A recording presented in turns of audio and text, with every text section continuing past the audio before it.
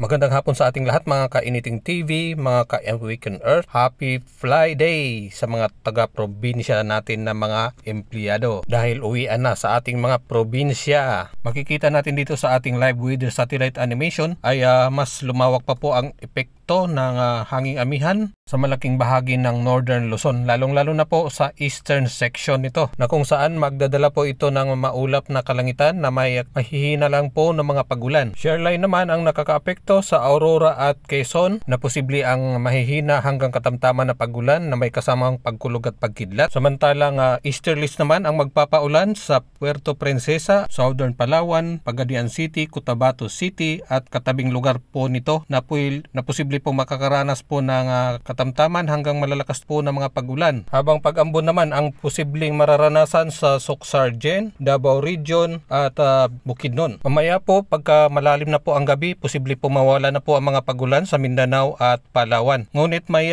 parating po na mga katamtaman hanggang malalakas na pagulan sa bahagi po ng Cagayan Valley, Aurora at Quezon ngayong madaling araw. At posible pa makarating po sa ilang lugar po ng Cordillera Administrative Region na dala po ng hanging amihan. Sa ngayon wala po tayong nakikitang LPA o anumang sama ng panahon sa loob at labas ng ating Philippine Area of Responsibility. Paki-share po. Salamat.